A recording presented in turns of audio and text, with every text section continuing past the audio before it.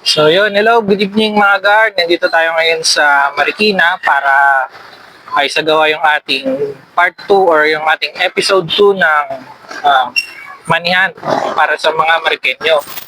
So kung si Rian Ramos nga is meron siyang Where in Manila, tayo ay meron tayong Where in Marikina.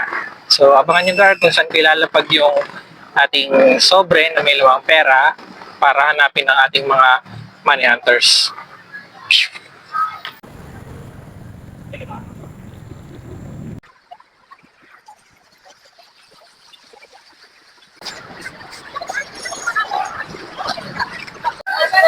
So yun mga gar, ilalapag na natin siya. And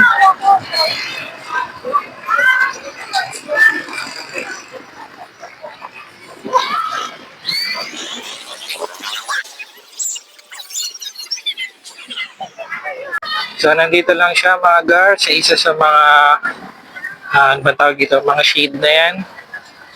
Yung mga upuan, mga bench na inuupuan ng mga tao, mga estudyante. So yun mga gar, nasa ilalim lang ng isa sa mga yan yung ating pera and good luck sa makakuha.